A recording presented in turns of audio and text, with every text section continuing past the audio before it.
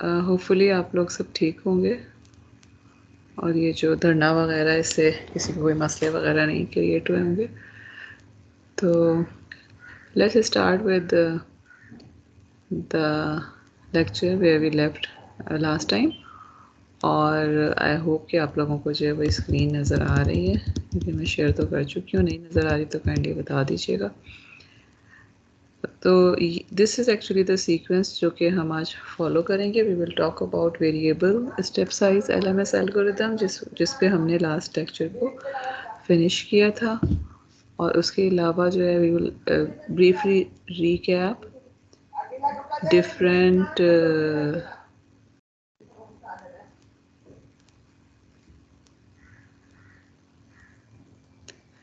methods of the adaptive filters कि जिसमें error को जो है वो हम कंप्यूट कर सकते हैं। उसके अलावा जो है और उसके बाद we will talk about least squares, principle of orthogonality and projection operator. ये जो लास्ट के 3 टॉपिक्स हैं, 4 टॉपिक्स हैं, 3 topics actually. These are the ones that you have already covered in math class, so they should not be that big issue for you। और इसमें कोई इतनी नई चीज़ नहीं होनी चाहिए। This is kind of a revision. लेकिन जो हमारा variable step size LMS algorithm है, दिस इज़ समथिंग जो नया है। So in the case of variable step size LMS algorithm,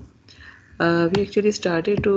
study is at the last time। और इसमें जो हमने देखा था वो ये कि वेरिएबल स्टेप साइज की हमें ज़रूरत क्यों पेश आती है।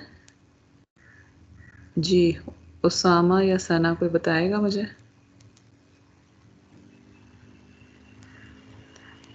आप लोगों को मेरी आवाज़ आ रही है? सॉरी मैम, मैंने अभी ज्वाइन किया है। क्या पूछा अच्छा, आपने? मैं ये यस पूछ मैम रही आ हूँ। रही है। अच्छा, वेरिएबल स्टेप साइज जो है एल्गोरिदम, कुछ याद है? हमने लास्ट टाइम इसके ऊपर थोड़ा सा स्टार्ट किया था करना,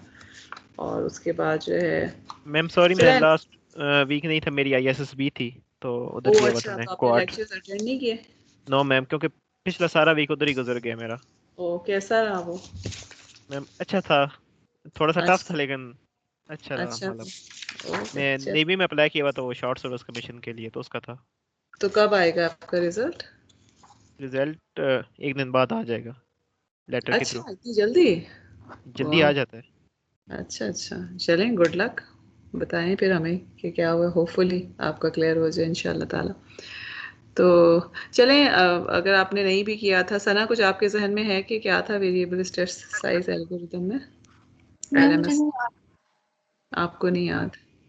आप लोग आगे क्या करेंगे एग्जाम में? अब हमने मिड भी नहीं ले रहे, तो इसका मतलब है आप तो बिल्कुल ही साथ साथ नहीं मैम पढ़ वो रहे। एनीवे, जी असाइनमेंट जी कर रहे थे। असाइनमेंट कर अच्छा, रही थी हाँ मैं। असाइनमेंट है ना आपकी, जी कल है ना ड्यू? यस मैम कल है। ओके, अच्छा चलें। वेरिएबल स्टेप साइज एल्गोरिदम जो है इसमें बेसिकली एलएमएस जो है इसमें ये होता है कि नॉर्मल जो है वी हैव सीन कि जब हम एलएमएस में इक्वेशन लिखते हैं फॉर टैप वेक्टर्स को अपडेट करने की, तो हमारे पास ये इक्वेशन होती है ना in general, h of N plus 1 is equal to h of N plus mu x n e of n in the case of L M S. अब वो ये सारी इक्वेशन जो है वो हमारे पास वो लेने के बाद आई हुई है, जो हमने ग्रेडियंट वगैरह जो कंप्यूट कर लिया था उसके बाद आई हुई है। ठीक है, तो इस केस में हमने जो चीज़ अभी तक देखी है वो ये कि म्यू जो होता है वो कांस्टेंट हमने रखा हुआ होता है। लेकिन हमने ये चीज़ भी लास्ट टाइम जो है वो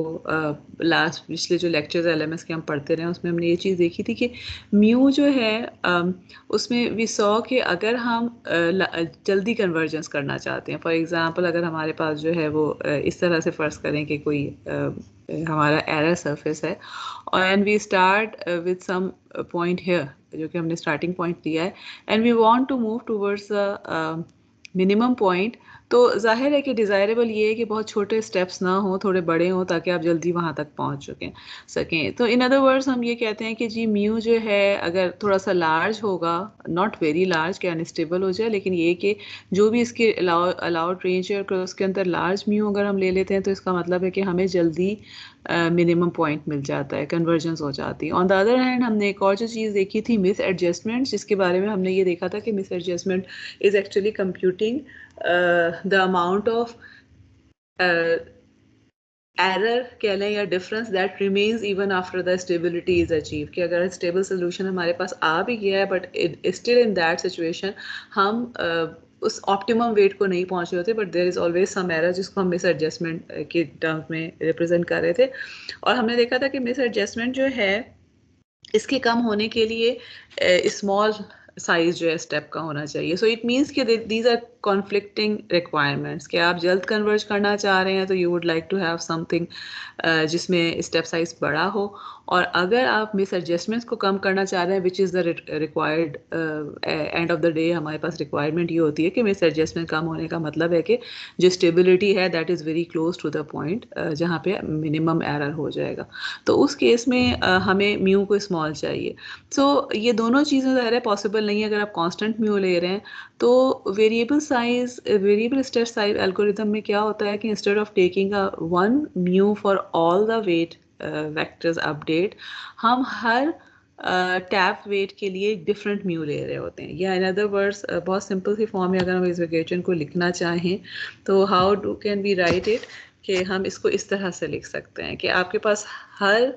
अगर आपके पास n टैप्स हैं तो जो ith टैप है उसका अपडेट जो है it will depend upon the previous ith tap which is something which we already know, कि अगर आपके पास फर्स्ट टैप है तो उसमें जो है वो फर्स्ट कंपोनेंट जो है वो फर्स्ट कंपोनेंट के साथ ही अपडेट हो रहा होता है। बट जो म्यू है that will also be dependent upon कि आप किस टैप की बात कर रहे हैं। सो एंड देन बाकी जो हमारे पास ई एन और x of N minus one जो हैं they are actually the same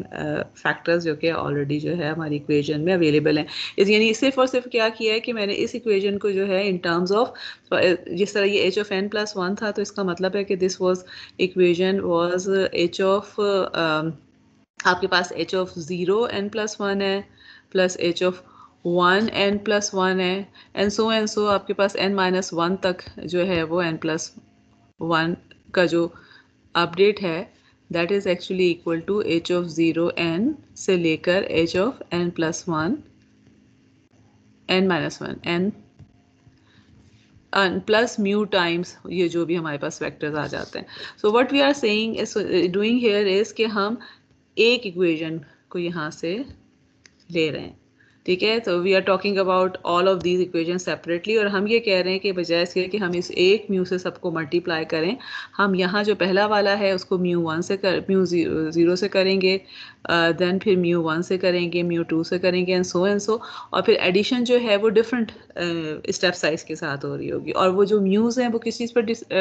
decide हो रहे होंगे डिपेंडिंग अपॉन कि किस डायरेक्शन में आपको स्टेप साइज कितना लेना चाहिए। अब जो फिगर हमने पहले यहाँ पे ड्रॉ की है ये तो मैंने सिर्फ और सिर्फ 2 डायमेंशन में की है ना, कि ये वाला जो है आपके पास एक्स एक्सिस है और उसके बाद वाई एक्सिस पे एरर है। लेकिन अगर आप इसको वैसे विजुलाइज करने की कोशिश करें, नॉट विजुलाइज आप तो नहीं कर सकते, लेकिन वैसे अगर सोचने की कोशिश करें कि अगर आपके पास n डायमेंशनल वेट वेक्टर मौजूद है तो इसका मतलब है कि n साइड से आपके पास अपडेट हो रहा है ना, तो वो n साइड का अपडेट जो है वो सेम रेट के बजाय हर साइड का अपडेट जो है वो डिफरेंट रेट पर हो रहा होता है in the case of variable step size LMS। और so and then what is actually happening is कि अब द क्वेश्चन इज कि हम इस म्यू आई एन को हम ये कह रहे हैं कि हर टैप वेक्टर के लिए एक डिफरेंट म्यू है, तो इसको एडजस्ट हम कैसे करें, ठीक है। अब इस केस में जो है अगेन यू नो कि जब हमारे पास इक्वेशन होती है नेक्स्ट यानी अपडेटेड वेट वेक्टर की, तो this is actually equal to ये एच बहुत ही बेचारा सा हो गया, so this is actually equal to h of N minus plus one is equal to h of N minus half mu and then gradient of हमारे पास जो भी ये था एरर था, और इससे हमारा ये इक्वेशन आई थी। ठीक है, जो कि हमने पीछे देखी है, या ये इक्वेशन। सो इसका मतलब क्या है कि म्यू के साथ हमारे पास जो भी टर्म मल्टीप्लाई हो रही है that is actually the gradient term, क्योंकि जब हमने इसको सॉल्व कर लिया था, and we have been doing this in the last few lecture, जितने भी हमने एलएमएस के लेक्चर्स किए हैं, तो ये जो इसका मतलब है कि जो ग्रेडियंट की टर्म है, ठीक है, इसमें जो है ये वाली टर्म जो है इसको हम मॉनिटर करते हैं in order to adjust the step size for each and every weight factor. अच्छा, इसका क्या मतलब है? अब आप देखें again, okay, you need to answer to this question. First करें कि अगर मेरे पास लेट्स सपोज कि मैं यहाँ से एस्टिमेट करती हूँ, तो अब इस केस में क्या हो रहा है कि अगर मैं ग्रेडियंट ले रही हूँ तो ग्रेडियंट का same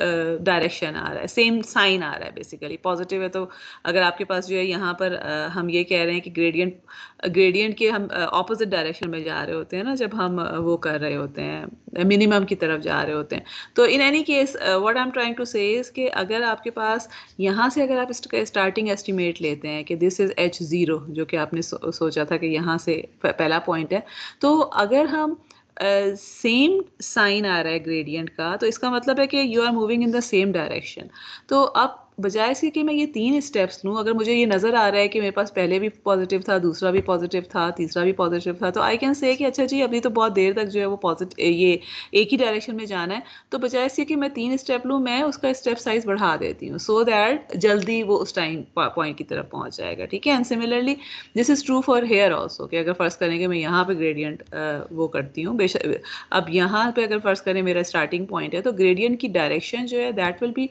different from the direction of gradient on the right, लेकिन स्टिल 2 3 4 जितने भी स्टेप्स होंगे उसमें ग्रेडियंट मुझे सेम डायरेक्शन दे रहा होगा, विच मीन्स के I should be increasing the mu because of the reason कि मुझे पता है कि सेम डायरेक्शन है, तो बड़े जंप्स लगा के भी मैं पहुंच सकती हूँ। ऑन द अदर हैंड जब हम पहुंच जाते हैं close to the minimum point, तो अब देखें जब आप क्लोज पहुंच गए हैं ना, तो अगर आप यहाँ पे आ गए तो आपको वापस जाने के लिए अब आपको डिफरेंट डायरेक्शन में मूव करना पड़ेगा। ठीक है, इसका मतलब है कि ग्रेडियंट जो है in the vicinity of the minimum point, gradient की डायरेक्शन जो है वो फ्लक्चुएट होगी रैपिडली। तो उस बेस पे algorithm, so what actually algorithm does is कि it monitors the direction of the gradient, या आप ये कह लें कि साइन ऑफ द ग्रेडियंट को ये मॉनिटर करता है। और अगर तो इसको ये नज़र आए कि ओवर द सक्सेसिव इटरेशंस जो हैं ग्रेडियंट का साइन जो है सेम है, ठीक है, आपके पास जो है कंसिस्टेंट पॉजिटिव और नेगेटिव डायरेक्शन, सेम डायरेक्शन नज़र आ रहा है, तो वो स्टेप साइज को बड़ा कर देगा। ठीक है, और अगर ऐसा नहीं है, और देखें this will happen when adaptive filter is not yet converge, because we know कि जब दूर है कन्वर्जन से, तो तब ये चीज़ हो रही होगी कि आप, यानी आप ये उसको उस तरह सोचें ना कि आप डाउन हिल उतरने की कोशिश कर रहे हैं, तो अगर आप नीचे की तरफ आपने आना है, तो नो मैटर आप जहाँ से भी स्टार्ट कर रहे हैं, आप एक स्टेप नीचे, दूसरा स्टेप नीचे, तीसरा स्टेप नीचे, तो अगर आप बहुत तेज़ी के साथ भी नीचे आना शुरू कर देते हैं या लंबे स्टेप्स देना शुरू कर देते हैं, you will just reach the point with very rapid speed. On the other hand अगर आप फर्स्ट करें कि जो भी आपका मिनिमम पॉइंट था, समहाउ लेट्स सपोज कि इट इज़ नॉट एक्चुअली कि वहाँ रुक नहीं जा रही है आपकी ज़मीन, it is the centre of some valley, लेकिन ये कि वहाँ से आप आगे भी जा सकते हैं, मगर एक पॉइंट है जहाँ पे आपने जाना है। अब आप बड़े बड़े स्टेप लेके वहाँ से गुजर गए हैं, and then you will realise कि अब you will have to move in the opposite direction. ठीक है, तो ग्रेडियंट की डायरेक्शन चेंज हो गई है, and then if you move up to that point, then you will always come back. So the thing is कि उस time पे you will start to take small steps, because of the reason कि आपको पता है कि अब ये बार बार अगर डायरेक्शन मुझे चेंज करनी पड़ रही है, तो जो पॉइंट मुझे चाहिए है that is somewhere in between. So this is what actually this algorithm does, जो भी हमारे पास वेरिएबल स्टेप साइज वाला होता है, कि it start to monitor the sign of the gradient। अगर वो सेम साइंस हैं तो जो हमारे पास, और जिस डायरेक्शन में भी उसका ग्रेडियंट जो है उसको सेम साइन मिल रहे हैं, या सेम डायरेक्शन में ग्रेडियंट अगर है, तो उसमें वो इंक्रीज कर देता है स्टेप साइज को, एंड जैसे ही वो close to the optimum value पहुंचता है, तो उस केस में क्या होता है कि averages becomes zero, which means averages become zero का क्या मतलब है, आप पॉजिटिव चल रहे हैं, फिर आप नेगेटिव चल रहे हैं, फिर आप पॉजिटिव चल रहे हैं, इसका मतलब क्या है कि जो ग्रेडियंट के साइंस हैं उनके एवरेजेस ऑलमोस्ट जीरो हो जाएगी, बिकॉज ऑफ द रीजन के सेम डायरेक्शन में आप मूव नहीं कर रहे हैं ना, कभी ऊपर जा रहे हैं, कभी नीचे आ रहे हैं, कभी ऊपर जा रहे हैं, कभी नीचे आ रहे हैं। तो उस केस में जो एल्गोरिदम है, इट एक्चुअली रियलाइजेस कि now it is close to the optimum point and it reduces the size of the step जो भी हम उसने लेना होता है, और ये वाला सिनेरियो चेंज हो जाता है। फॉर एग्जांपल लेट्स सपोज अभी तो हम जो बात कर रहे हैं वो तो वीनर फिल्टर की बात कर रहे हैं, जिसमें वी नो कि कॉन्वेक्स फंक्शन ही हमारा एरर फंक्शन है, और उस केस में जो है वी नो के हम जब मूव कर रहे हैं अगर नीचे की तरफ तो हमें एक ही मैक्सिमा मिनिमम मिल रहा है पॉइंट जो कि ग्लोबल मिनिमम है। लेकिन फ़र्ज़ करें कि अगर इस तरह से हो कि आपके पास जो है नंबर ऑफ़ मिनिमम पॉइंट्स हैं और आपका जो ग्रेडियंट है उसने एक पॉइंट एक मिनिमम को चूज़ कर लिया है एंड देन इट रियलाइज़ कि नहीं जी ये तो आगे जो है due to some reason it actually pass through this minimum और उस अगले मिनिमम की तरफ वो मूव करना शुरू कर दे, तो उस केस में ये वाला सिनेरियो फिर चेंज हो जाएगा। यानी कि आपके पास जो है कि अगर तो it has stabilised by decreasing and increasing the size of the steps, तो वो स्टेबलाइज अगर हो गया तो ठीक है, अगर स्टेबलाइज नहीं हुआ है तो उसमें जो है उस केस में what actually happens if the situation changes, the algorithm begins to hunt for another optimum point, the gradient terms would identify the change and step size parameter would increase accordingly। ठीक है, कि अगर आपके पास जो है वो local minima से निकल के किसी या ये किसी और ऑप्टिमम पॉइंट की तरफ वो चलना शुरू हो गया तो उस केस में अगेन साइज जो है वो कम या ज़्यादा हो जाएगा। ओके, सो इसमें लेकिन वन मोर थिंग इज़ कि अब देखें हमने जो है इसमें क्या किया है कि वी हैव सीन कि अगर तो एल्गोरिदम क्या करता है कि if the gradient is consistently positive और नेगेटिव तो स्टेप साइज को बढ़ा देता है। अगर ये ग्रेडियंट जो है वो पॉजिटिव नेगेटिव हो रहा है या उसका एवरेज जो है वो हमें ज़ीरो मिल रहा है तो उस केस में भी स्टेप साइज को कम कर देता है। बट वी नो कि स्टेप साइज की एक रेंज होनी चाहिए। We have seen this thing कि अगर बहुत बड़ा स्टेप साइज हो तो इनस्टेबल हो जाता है हमारे पास सिस्टम, और अगर बहुत छोटा स्टेप साइज हो तो उस केस में भी आपके पास जो है वो बहुत जो है वो बहुत स्लो कन्वर्जेंस वगैरह हो सकती है। So in other words just like before, जिस तरह हमने पहले देखा था कि there should be some range of the step size, इस केस में भी जो है हर component of the step size जिसको आप एडजस्ट कर रहे हैं, यानी what we are saying is कि हर म्यू आई के लिए there should be some minimum value and some maximum value जिसके दरमियान में उसको एग्जिस्ट करना चाहिए in order to be able to make sure कि आपके पास जो है वो स्टेप साइज इतना बड़ा ना हो जाए, इतना छोटा ना हो जाए कि इश्यूज क्रिएट हो जाएं। तो उसके लिए हम अब क्या करते हैं, तो इसमें जो है how do we compute this upper and lower limit of the step size parameter. इसके लिए what actually we do is के हम जो है एक सिंपल सा एल्गोरिदम यहाँ पे डिस्कस करेंगे। अच्छा, ये सारी की सारी जो आज की डिस्कशन है, इवन जो आगे भी हम बात करेंगे लीस्ट स्क्वेयर्स की, दिस इज़ फ्रॉम बहरोज की बुक से हम जो है वो कर रहे हैं। हमने इसमें जो है फ़िलहाल मैंने इस लेक्चर में वो हेकन को नहीं बिल्कुल भी डिस्कस किया हुआ है, ठीक है। तो this is all from the Behrouz book. तो anyway, so what we are saying इसके वैसे तो अगर हम करना शुरू करें तो इसका मतलब है कि डेरिवेशंस जो है it would be very lengthy, क्या हमें हर उसके जो है वो स्टेप साइज को कंप्यूट करना पड़ेगा, हर टैप फैट वेट जो है उसकी अपडेट करने के लिए जो हमें अलग से करना पड़ेगा। लेकिन हम जो है वो सिंपल इस अप्रोच को यहाँ पे डिस्कस कर रहे हैं विच इज़ फ्रॉम बहरोज, और उसमें जो है वो हम क्या कहते हैं कि अब देखें ये वाली जो इक्वेशन है, ठीक है, इस इक्वेशन को क्योंकि हर स्टेप पे जो है वो मेरे पास हर टैप वेट के कंपोनेंट के लिए एक डिफरेंट स्टेप साइज है मेरे पास, तो इस इक्वेशन को मैं वेक्टर की फॉर्म में इस तरह से लिख सकती हूँ, ठीक है। यानी what we are saying is कि मेरे पास जिस तरह मैंने पीछे लिखा था, I have h 0 of n+1 है, ठीक है, 0th कॉम्पोनेंट है, फिर इसका फर्स्ट कॉम्पोनेंट है, एंड देन इसका n-1 कॉम्पोनेंट तक है, ठीक है।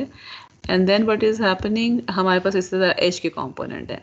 एंड वी हैव जो मेरे पास वेक्टर ई ऑफ एन है,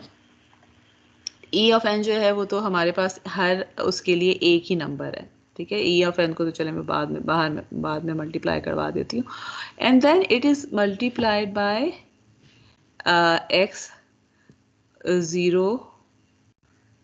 x0 of n, x1 of n से लेकर, यानी आपके पास x जो है this is again n dimensional vector. और अब हम क्या कह रहे हैं कि this is multiplied by mu 0 of n, this is multiplied by new 1 of n, and this is multiplied by new n minus 1 of n, ठीक है। तो इसको मैं क्या कर सकती हूँ, I can write it in the form of a matrix, diagonal matrix, new 0 new 1 से लेकर न्यू n माइनस 1 तक। अगर आप देखें इसको इस वेक्टर से मल्टीप्लाई करते हैं, यू विल सी के this will come out. And this is something जो कि अगेन आपने मैथ के कोर्स में हमने की हुई है कि आपके पास अगर हर एलिमेंट एक डिफरेंट नंबर से मल्टीप्लाई हो रहा है, एक वेक्टर में हर एलिमेंट एक डिफरेंट नंबर से मल्टीप्लाई हो रहा है, तो you can take it out in the form of a diagonal matrix, या in other words diagonal matrix को अगर आप किसी वेक्टर से मल्टीप्लाई कर रहे हैं तो जो डायगोनल के एलिमेंट होते हैं वो उस वेक्टर के हर एलिमेंट को इंडिविजुअली अफेक्ट कर रहे होते हैं। So this is what we have done here is कि जब हमने इसको वेक्टर की फॉर्म में लिखा है, यानी इस सारों को जो है वो हमने हर सारे के सारे कंपोनेंट्स को कंबाइन किया है, तो मेरे पास ये जो है u, इसको मैंने कैपिटल U ऑफ n की फॉर्म में लिख दिया। म्यू है लेकिन इसको जो है वो हमने कैपिटल म्यू कह लें या कैपिटल U कह रहे हैं, इसके फॉर्म में लिखा है which is equal to the diagonal of all the individual values of the step sizes. अब इसके बाद हमने again another thing that we have seen is in the LMS में LMS से पहले जो है वो gradient descent में भी कि हम equations को पैरामीटर्स के फॉर्म में जब हम इक्वेशन हमने अपडेट इक्वेशन जो है we have been talking about update equation of the tap weight vector, और इसके अलावा जो है हम एरर वेक्टर की टर्म्स में भी इक्वेशन को लिखते रहे हैं, ठीक है। तो यहाँ पर मैंने इस इक्वेशन को एरर वेक्टर की टर्म में लिखा है, और ये इक्वेशन जो है ये मैं डिराइव इसलिए नहीं करूँगी बिकॉज इसकी डेरिवेशन हम ऑलरेडी बहुत डिटेल में average tap weight behaviour of the LMS algorithm के फॉर्म में कर चुके हैं, ठीक है। तो इसमें जो है ये आप वहाँ से डेरिवेशन जाके देख सकते हैं, और उस केस में जो हमारे पास जो ये वाला जो टॉपिक है, मेरा ख्याल है ये चैप्टर 13 या 14 में हमने किया हुआ, 13 एंड 14 है या 13 और 14 है, मुझे नहीं पता कि दोनों में था या एक में था, लेकिन 13-14 में आपको ये मिल जाएगा। तो वहाँ पर भी actually computed the equation to be this thing, ठीक है। अब यहाँ पर अगर आप इन दोनों इक्वेशंस को कंपेयर करते हैं तो in that case what you can see is कि जी आप लोगों को अगर हम ये दोनों की दोनों इक्वेशंस जो है इनको, और मुझे लगता है मैंने एक बीच में से स्लाइड मिस की है, वाई, ओके खैर एनीवे चलें इसका हम बाद में वापस आते हैं, ये वाला तो खैर हमने करना ही था। तो अच्छा एनीवे तो इस केस में जो है जब हम इसको कंपेयर करें, और अगेन हम डेरिवेशन करने के लिए नहीं जा रहे, लेकिन what you can actually see is के जो हमारे पास अभी हमारे पास जो इक्वेशन आई है in case of variable step size, और जो इक्वेशन पहले हमारे पास LMS की थी, इन दोनों में क्या डिफरेंस मेन हमें नज़र आ रहा है, दिस इज द डिफरेंस, ठीक है। तो इसका क्या मतलब है कि अब जो हमारे पास कंडीशन मैक्सिमम या मिनिमम वेट वो स्टेप साइज के लिए लगनी चाहिए थी on the individual step size mu के ऊपर, समहाउ सिमिलर इक्वेशन जो है वो similar condition should be on this matrix U of n, ठीक है। तो basically this is what the next step is saying, this is just by आप ये कह लें कि लॉजिक के थ्रू या इंट्यूशन के थ्रू हम ये चीज़ कह रहे हैं कि जो इक्वेशन हमारे पास पहले म्यू के ऊपर थी, mu should be equal to, यानी जो हमारे पास जो हायर लिमिट था या जो हमारे पास मैक्सिमम वैल्यू थी, it was mu should be less then 1/√m 3 trace of r जो हमें एंड में मिली थी। अब हमारे पास ये इक्वेशन अगर हम इसको डिराइव करें, मतलब what we are saying is कि म्यू के बजाय there should be some condition which should be on u of n। तो अगर हम इसको डिराइव करें पूरे का पूरा, तो the condition turns out to be this thing that u of n r of n जो है इसका trace should be less than 1/3। यानी देखें अगर मैं इसको फर्दर लिखती हूँ तो इट इज जस्ट सेइंग कि mu trace of r is less than 1/3। ये कंडीशन थी हमारे पास in the case of constant step size LMS, और ये कंडीशन हमारे पास आ जाती है in the case of variable step size LMS। अब इन दोनों में हमें डिफरेंस जो है वो क्या नज़र आ रहा है कि आपके पास जो ट्रेस है उसमें आपका इस देखें इस केस में ना अगर मैं ट्रेस के अंदर भी म्यू को लेके जा सकती हूँ, मतलब I can actually write this as trace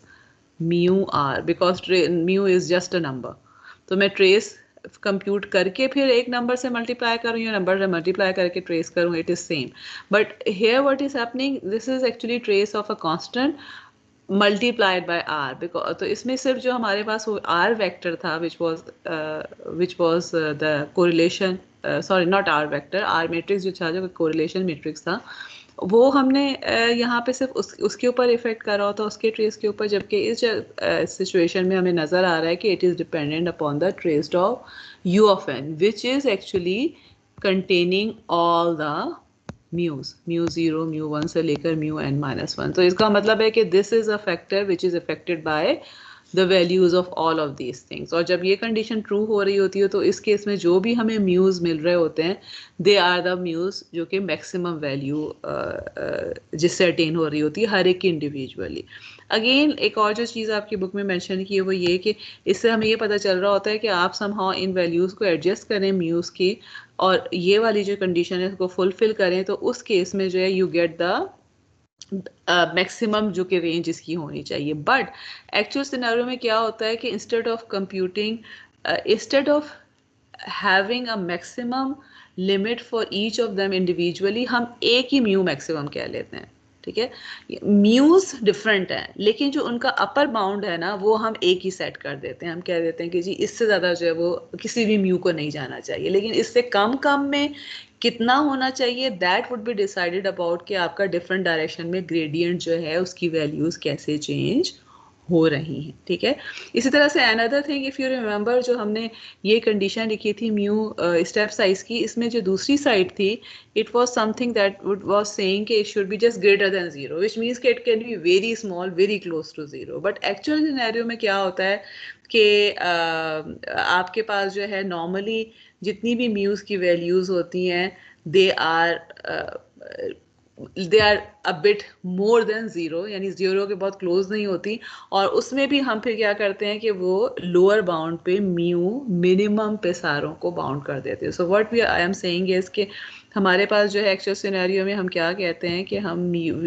जितने भी हमारे म्यू आइज हैं we actually contain them between mu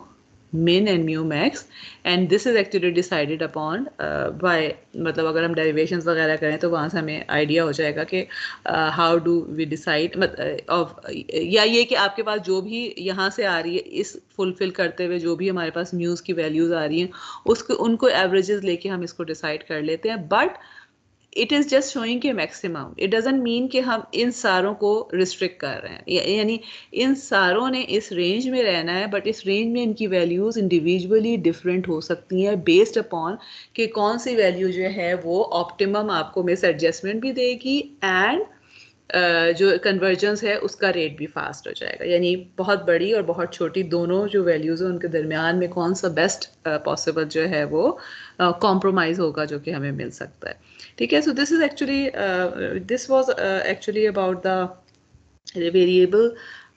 size, variable step size LMS algorithm. जो स्लाइड मैंने मिस की है ना, that is nothing, not something important तो है, लेकिन it is just the extension of जो हम यहाँ पे बात कर रहे थे ना, कि अगर पॉजिटिव डायरेक्शन में चल रहा हो तो इसका मतलब है कि आपने साइन को बढ़ा देना है, और अगर डायरेक्शंस चेंज हो रही हैं स्टेप्स की, तो इसका मतलब है कि हम ये कहते हैं कि स्टेप साइज को, अगर ग्रेडियंट की डायरेक्शन चेंज हो रही है तो इसका मतलब स्टेप साइज को कम कर देना है. तो this is what it is telling us कि हम जो है ना, instead of doing this thing, कि हम जब इसको अपग्रेड करते हैं ना, तो फिर साइन ऑफ द ग्रेडियंट के ऊपर कर रहे होते हैं. और साइन ऑफ द ग्रेडियंट क्या, अगर हम म्यू आई यानी आयत इटरेशन का अपडेट ले रहे हैं, तो हम साइन किसके, दो पिछले साइंस देख रहे होते हैं. अगर दोनों सेम होंगे तो वी विल डिसाइड कि अच्छा जो है ना, it should increase because of the reason कि इसका मतलब है कि वो सेम डायरेक्शन में मूव कर रहे हैं, तो थोड़ा सा बढ़ा दें, थोड़ी सी तेजी से पहुंच जाए वहां पर. लेकिन ऑन द अदर हैंड अगर हमारे पास जो है वो साइन डिफरेंट होंगे, तो इसका मतलब है कि it is actually something which is very close to the minimum point, और वहां पर हमें स्टेप साइज कम कर देना चाहिए, so that it would converge to the step size. इसी की एक और जो वेरिएशन होती है update of the step sizes, वो ये करते हैं कि साइन का जो साइन को हटाई देते हैं और वैल्यूज़ को मल्टीप्लाई कर रहे होते हैं. अगेन वैल्यूज़ को जब आप मल्टीप्लाई करेंगे तो देखें, अगर साइन को करें या वैल्यूज़ को करें, अगर एक -1.5 था और दूसरा 1.5 था, तो वैल्यू और तो अगर साइन के साथ आप कर रहे हैं तो you are just taking this to be -1 and this to be 1. अगर आप वैल्यूज़ के साथ कर रहे हैं तो इसका मतलब है कि आप सही मल्टीप्लाई कर रहे हैं. सो इट मीन्स कि this is more accurate because it is taking the magnitudes of the two gradients into account also. लेकिन साइन जो है वो तो दोनों के केस में सेम ही आ रहा होगा ना. इसका मतलब है कि डिसीजन जो है कि आपके पास स्टेप साइज को किस बढ़ाना है या कम करना है, वो तो आप ये वाला कर रहे हैं या ये वाला कर रहे हैं, it would be the same. लेकिन इसका फ़ायदा क्या हो रहा होगा कि इसमें आपको मैग्नीट्यूड भी क्योंकि पता है, तो इट मीन्स कि आपका डिसीजन जो होगा कि कितना स्टेप साइज को बढ़ाना है या कम करना है, that would be more precise at compare to this thing, because इसमें हमने मैग्नीट्यूड की इंफॉर्मेशन को बिल्कुल ही लूज कर दिया है. But this is easier to compute as compare to this thing, क्योंकि इसमें आप देखें मल्टीप्लिकेशन में क्या है कि you have the multiplication of the values also, just not आपने सिर्फ ये नहीं डिसाइड करना कि पॉजिटिव है या नेगेटिव है, उसकी बेस पे डिसाइड कर लें. You will have to multiply also. So ये दोनों के दोनों जो एल्गोरिदम है अपडेट करने के लिए, जिसमें या तो हम साइन ग्रेडियंट्स के कंसेक्यूटिव ग्रेडियंट्स के यूज़ कर रहे हैं या वैल्यूज़ यूज़ कर रहे हैं, ये दोनों ही एप्लीकेशन जो रियल टाइम एप्लीकेशन है जहाँ पे variable step size algorithm use होता है LMS का, वहाँ पे यूज़ होते हैं. लेकिन दोनों में डिफरेंस क्या है, दोनों में जो कहाँ पर यूज़ करना है, that will be dependent upon the application. For example अगर आप सॉफ्टवेयर में करना चाह रहे हैं कुछ कंप्यूट, तो दिस इज़ ओके जो सेकंड वाला है, क्योंकि सॉफ्टवेयर में जो है वो रियल टाइम में नॉर्मली आपके पास अगर सिग्नल प्रोसेसर पे कर रहे हैं तो रियल टाइम में नहीं करते. हमने कहीं से डेटा लिया हुआ है, हम उस डेटा पे प्रोसेसिंग करके कोई रिजल्ट निकाल रहे होते हैं, तो वी डोंट एक्चुअली केयर कि वो कितना टाइम ले रहा है प्रोसेसिंग. लेकिन अगर आप हार्डवेयर पे करना चाह रहे हैं, विच मीन्स कि आपका जो है वो एरर का मैकेनिज्म जो है, फॉर एग्जांपल आप किसी टारगेट को रडार सिस्टम प्रोसेसिंग आप कर रहे हैं, हार्डवेयर मतलब रियल टाइम में कर रहे हैं, और आपने जो है वो किसी से जो है वो किसी के मिसाइल को टारगेट बनाना है, तो in that case what would happen कि अगर आप एरर को कम मिनिमाइज करना चाह रहे हैं एडेप्टिवली, के जहाँ पर जो भी लोकेशन है वहाँ पे सही हिट हो रहा हो, तो आप टाइम मैटर्स, ठीक है, कि हम डिले नहीं कर सकते, हम जल्दी कंप्यूट करना चाहेंगे, तो उस केस में रिसोर्सेज मैटर. तो हार्डवेयर के इम्प्लीमेंटेशन के केस में मोस्ट प्रोबेबली ये वाला is not a very good thing. This is more precise but it will take time. So we will just decide based upon this thing कि हाँ जी हमारे पास जो है साइन जो है उसकी बेस पे हम डिसीजन ले रहे हैं. सो द थिंग इज कि दिस इज एप्लीकेशन डिपेंडेंट, मगर दोनों के दोनों जो हैं वो यूज हो रहे होते हैं in real scenarios. Okay, this is actually the end of the part जो कि हमने वीनर फिल्टर से स्टार्ट किया था, और उसमें जो है we have actually talked about Wiener filter को आपने सबसे पहले पढ़ा था, और उसके बाद जो है आपने ये चीज़ शुरू में देखी कि वीनर फिल्टर को में एरर को अगर ऑप्टिमाइज करना चाहें तो डायरेक्ट मेथड क्या है कि आप ग्रेडियंट लेके उसको ज़ीरो कर दें और उसके बाद वहाँ से आपको वो पॉइंट मिल जाता है. लेकिन जो मैं पढ़ाती रही हूँ लास्ट दो तीन हफ्तों से, ग्रेडियंट डिसेंट और LMS, they were just the algorithms which were practical implementation of that particular equation जो कि आपने वीनर फिल्टर में देखी थी। और प्रैक्टिकल इम्प्लीमेंटेशन में क्या हो रहा है कि आपको आर इनवर्स नहीं फाइंड आउट करना पड़ रहा, उसको पी से मल्टीप्लाई नहीं करना पड़ रहा होता, बल्कि यू आइटरेटिवली जो है वो आप मिनिमम सोल्यूशन पे पहुंच जाते हैं, विच is actually exactly the same जो कि यहाँ से मिल रहा होगा, क्योंकि ना जो हम जिस तरह बाद में बार बार हम ये करते रहे कि एच ऑप्टिमम अगर आपने डायरेक्टली निकालना है, मैथमेटिकली निकालना है, तो this is the best way, ठीक है। लेकिन ये कि जब आप एप्लीकेशन में निकालते हैं तो this may not be the solution, because इसको करना ही बहुत मुश्किल है। तो हम LMS के या स्टीपेस्ट डिसेंट के थ्रू जो है वो उसको सॉल्व कर रहे होते हैं। और उसमें जो है वो जो चीज़ लेकिन हमने सबसे पहले जो इन तीनों सारे केसेस में देखी है, starting from the Wiener filter, कि हमारे पास जो इस केस में फ्रेमवर्क जो हम यूज़ करते रहे, स्टेटिस्टिकल फ्रेमवर्क यूज़ करते रहे, विच मीन्स के हमने जो हमारे पास इनपुट सिग्नल था, जो हमारे पास डिज़ायर्ड सिग्नल था, हमने ये चीज़ अस्यूम की थी कि इनपुट जो है और डिज़ायर्ड सिग्नल वो वाइट्स हैं, स्टेशनरी प्रोसेसेस हैं, और उसके बाद हम उनकी एक्सपेक्टेशंस लेते रहे हैं। ये अगर आपको याद हो कि आर और पी जो हमारे पास थे, in case of Wiener filter, we defined it as R was actually expected values of X and X transpose, और जो P था this was expected value of X and और क्या था D के साथ आप x की एक्सपेक्टेड वैल्यू ले रहे थे। And then we saw in the case of steepest descent के हम इसी के थ्रू जो है ग्रेडियंट इन्हीं का लेकर जो है उसको ऑप्टिमाइज करने की कोशिश करते हैं। LMS के केस में हमने क्या देखा कि हम इनको नहीं ले रहे होते मगर इन्हीं को अप्रोक्सीमेट कर रहे होते हैं बाय सम अदर मेथड। अब जो हम बात करेंगे तो इसका मतलब है कि हमने ये रीकैप में जो है we will just talk about this thing कि दो फ्रेमवर्क्स हैं जो कि एडेप्टिव फिल्टर्स में यूज़ हो सकते हैं, एक स्टैटिस्टिकल है और डिटर्मिनिस्टिक है। अभी तक जो हम बात करते रहे हैं वो स्टैटिस्टिकल की बात करते हैं, because we actually assume the properties to be we assume the input and the signals to be have the certain properties, और उसके बाद उनके मीन्स और वेरिएंसेस वगैरह को हम कंप्यूट करके करते रहे। And that is the reason कि उसमें जो हमारे पास परफॉर्मेंस क्राइटेरिया था वो क्या था, मीन स्क्वायर एरर, ठीक है, कि हमारे पास स्क्वायर ऑफ द एरर का लेके expected value of the error का स्क्वायर जो था उसकी हम बात करते रहे थे। दूसरा फ्रेमवर्क जो हो सकता है इसी तरह के एडेप्टिव सिस्टम्स को सॉल्व करने का, that can be the deterministic approach, ठीक है। और डिटर्मिनिस्टिक अप्रोच में क्या होता है कि हमारे पास जो परफॉर्मेंस फंक्शन होता है या एरर फंक्शन होता है, this is actually the weighted sum of square error signal, ठीक है। एंड दिस इज समथिंग जिसको जो कि आपने मैथ का जो कोर्स पढ़ा था उसमें basically we talked about this thing throughout that course. अच्छा, और इसमें हम क्या कर रहे होते हैं, किसी को याद है कि हम क्या करते थे? Basically what we used to do was कि हम अगर हमारे पास फर्ज करें कि if we have some observation vector, हम कहते थे कि जी y अगर हमारे पास ऑब्जर्वेशन वेक्टर है और हम इसका जो है वो अप्रोक्सीमेशन ना एस्टिमेट कर रहे होते थे y को y हैट के साथ, तो we use to compute error. और एरर कैसे कंप्यूट होता था? इस आपके पास टर्म बाय टर्म, ठीक है, कि y 0 में से y हैट 0 को माइनस किया, y 1 में से y हैट 1 को किया, y जितना भी आपके पास n-1 तक गए y हैट -1। तो इसका क्या मतलब है कि जो हमारे पास लीस्ट स्क्वायर्स में है, हम क्या करते हैं कि टर्म बाय टर्म ये मतलब एरर वेक्टर जो है मेरा, this is actually y minus y hat, अगर मैं इसको डिफाइन करती हूँ तो this would be equal to y0 minus y0 hat plus y1 minus y1 hat and so करके। और and we if you remember हम इसका इनर प्रोडक्ट की बात करते थे, नॉर्म की बात करते थे, तो हम ये कहते थे कि हम इसका नॉर्म स्क्वायर जो है उसको मिनिमाइज करना चाह रहे हैं, या हम ये जो स्क्वायर्स हमारे पास आ रहे हैं तमाम के तमाम, इनका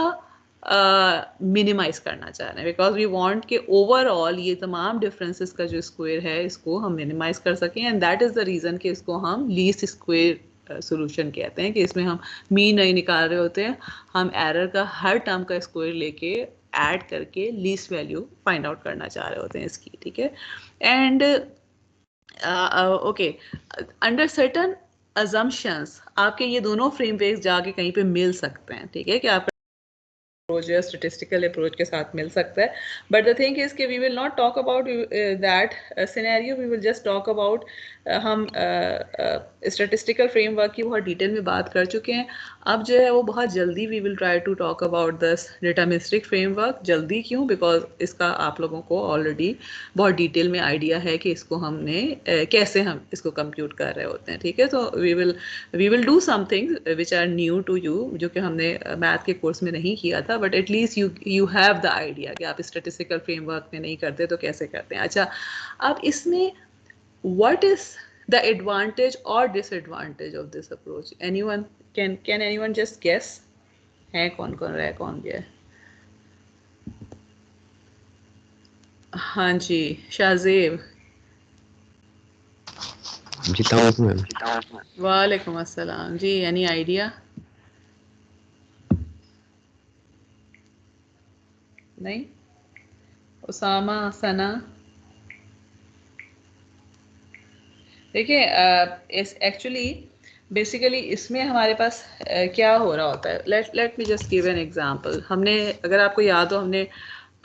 लीनियर रिग्रेशन की बात की थी. ठीक है, अब सपोज करें हमने मैथ के कोर्स में लीनियर रिग्रेशन की एग्जांपल है, जो कि मेरा ख्याल है मैं हर दफ़ा के कोर्स में करवाती हूँ. तो लेट्स सपोज कि हम लीनियर रिग्रेशन करना चाह रहे हैं. ठीक है, अब what is happening is कि मेरे पास these are the points, let's suppose, और मैं ज़रा लीनियर रिग्रेशन अगर करना चाह रही हूँ तो इसका मतलब है I want to find line जो कि मिनिमम एरर दे रही हो. इस केस में जब हम लीस्ट स्क्वायर सॉल्यूशंस की बात करते हैं, वी आर नॉट कंसर्न कि जो हमारे पास ये जो डेटा है ये इसकी डिस्ट्रीब्यूशन क्या है. वी आर नॉट सेइंग कि जी ये इसको जो है वो स्टेशनरी है या वाइट से स्टेशनरी है या किस तरह का प्रोसेस है जिससे data, it can be any data. लेकिन द थिंग इज़ कि हम कंप्यूटेशन प्योरली क्योंकि डेटा के साथ कर रहे हैं, तो फ़र्ज़ करें कि अगर मैंने एरर कंप्यूट करना है, अब क्या होगा कि मेरे पास जो है वो if I am trying to compute the error, अब मैं लेट्स सपोज कि ये these are the points, time points है ना, कि जिसके ऊपर या एक्स एक्सिस है, एक्स एक्सिस के पॉइंट्स हैं. This is point 1 2 3 4 5 6 7. अब अगर मैं ये इस पॉइंट पर हूँ, ठीक है, लेट्स सपोज कि दीज आर द इनपुट्स और मेरे पास एक फ़िल्टर है.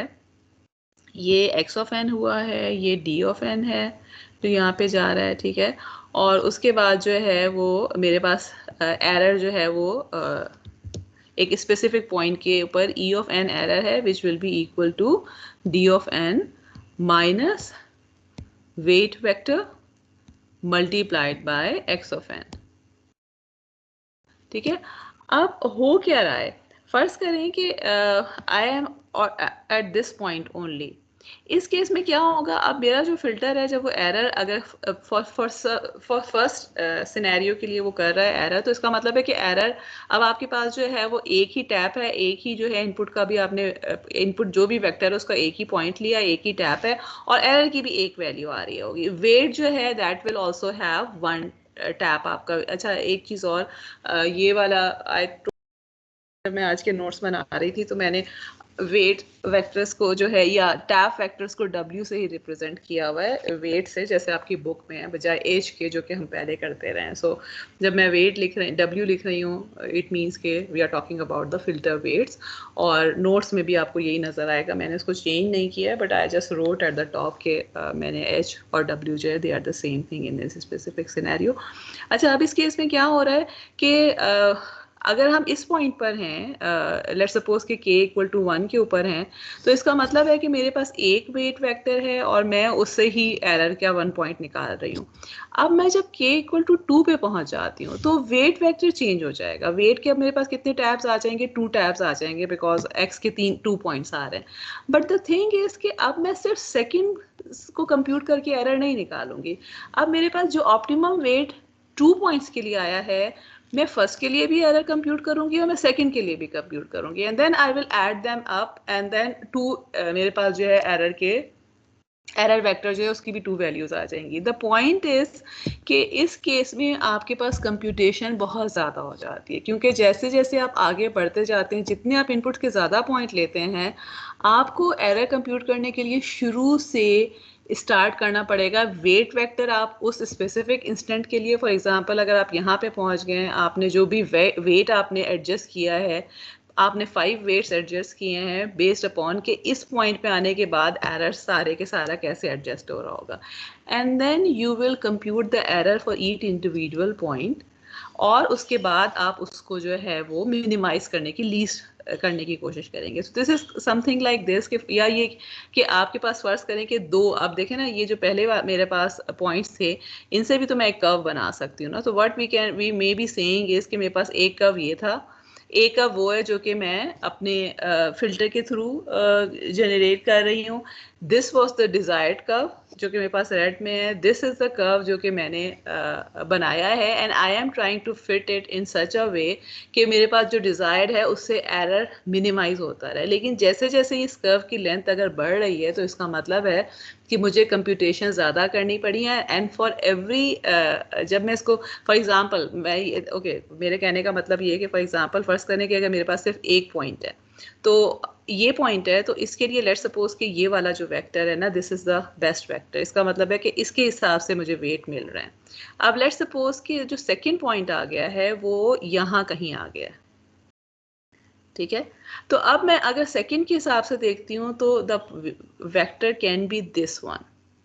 तो देखिए अब आपके पास जो पहला है उसके लिए भी चेंज हो गया है ना एरर जो है, बेस्ड अपॉन कि आपका जो अब सेकंड के हिसाब से जो स्लोप बन रहा है या जो लाइन बन रही है, that is different from only अगर मैं सिर्फ फर्स्ट को कंसिडर कर रही होती। तो अब मैं ये नहीं कर सकती कि जो मेरा पहला का एरर था वो तो मैंने अलग रखा हुआ था, उसी को बस मैं सेकंड वाले में सिर्फ ऐड कर दूं। The scenario is changing based upon के कितने हम नंबर ऑफ जो है वो इनपुट जो है वो वेक्टर्स को ले रहे हैं, और जब उसके हिसाब से चेंज होता रहेगा तो ये जो भी आपके पास बेस्ट अप्रॉक्सीमेशन है या जिससे लीस्ट स्क्वायर सोल्यूशन आ रहा होगा, that will also change, which means कि मुझे कंप्यूटेशन ज़्यादा करनी पड़ेगी। लेकिन ये है कि इसका फ़ायदा क्या होता है कि this is totally data driven. इसमें जो है वो इस तरह के लीस्ट स्क्वायर एल्गोरिदम्स में आपको जो भी आपका सैम्पल है, मतलब जो भी आपका पॉपुलेशन है जहाँ से डेटा आया हुआ था, you don't need to worry about that कि डेटा कहाँ से आया हुआ था और आपके जो डिज़ायर्ड आउटपुट है वो कहाँ से आई हुई थी, किस तरह की डिस्ट्रीब्यूशन थी। We don't worry about this thing, क्योंकि मीन वेरिएंसेस वगैरह हमें कंप्यूट ही नहीं करने पड़ते, मतलब स्टेटिस्टिकल सेंस में हम नहीं करते बात। लेकिन इसका नुकसान जो है वो ये होता है कि you need to compute it every time जब भी आप कुछ जिससे आपका जो डाटा पॉइंट्स हैं वो कम ज़्यादा हो जाते हैं, तो you have to start computing from the start. Okay, method of least square के ऊपर मैं आती हूँ, और अगेन ये भी बहरोज़ की बुक में से चैप्टर नंबर 14 से मैंने इसको जो है वो की लिया हुआ है। That is a simple explanation, specifically because आप लोग ऑलरेडी जो है वो इसको कर चुके हैं डिटेल में जो है मैथ के कोर्स में भी, तो काइंड ऑफ रिवीजन हो जाएगी आपकी। आई वुड एडवाइस को उसको पढ़ ज़रूर लीजिएगा। अच्छा, इस केस में जो है what is actually happening is के हम जब इस केस में एरर को कैसे डिफाइन करते हैं, मैंने इन the case of least square कि हमारे पास किसी भी इंस्टेंट n ग्रेटर देन 0 के ऊपर एडेप्टिव फिल्टर के पैरामीटर्स जो हैं उनको इस तरह से हम कंप्यूट करते हैं कि this error function is minimize. अब इसमें देखिए ये जो e ऑफ n है, e ऑफ n के, दिस इज सेम कि आपके पास d जो है जो हमारे पास d था और y था, इसका हमने जो है वो डिफरेंसेस एक्चुअली इसमें हम इसकी इक्वेशन को हम एक्चुअली इस तरह लिखते हैं कि d, या ये फर्ज करें कि इक्वेशन अभी फ़िलहाल में अगली पेज में आएगी तो we will just see it there. लेकिन फॉर द टाइम बीइंग इसमें से हम क्या कर रहे हैं कि k जो है this is starting, k equal to 1 is the starting time जहाँ पे एल्गोरिदम स्टार्ट हो रहा है, ठीक है। और इस केस में वही वाली बात जो अभी हमने मैंने पिछले उसमें स्लाइड में एक्सप्लेन की थी कि फॉर k इक्वल टू 1 2 से n तक हमारे पास these are actually the samples of the error estimate, जिसका मतलब क्या है कि आपके पास एरर जो है वो अगर आपके पास n सैम्पल्स हैं तो इसका मतलब है कि आपका एरर जो है उसके कितने, अगर फर्ज करें कि हमारे पास आप n इक्वल टू 10 पे कर रहे हैं तो इट मीन्स कि अब आपके पास एरर के कितने सैम्पल्स हो जाएंगे, 1 स्क्वायर, ठीक है, 2 स्क्वायर से लेकर 10 स्क्वायर तक, विच मीन्स कि 10 इस 10 का क्या मतलब है कि आपके पास 10 पॉइंट्स है लेट्स सपोज। तो वही वाली बात कि हम एरर को हर पॉइंट के ऊपर कंप्यूट कर रहे हैं, ठीक है, and then we are weighing the error at every point. Again, we have talked about weighted least square in very detail कि हमारे पास जो है in order to again minimize the error the overall error least square में हम weights हम different error को different ways define कर देते हैं so that we get the best solution, ठीक है। तो वो so what we are saying is कि जितने आपके पास points हैं आप उन points तक हर point का एक individual error compute कर रहे हैं, उसको आप एड अप कर रहे हैं और उसको किसी ना किसी वेट के साथ जो है वो रो 1 रो 2 रो 3 इस तरह से मल्टीप्लाई करके जब ऐड कर रहे हैं तो this is giving you the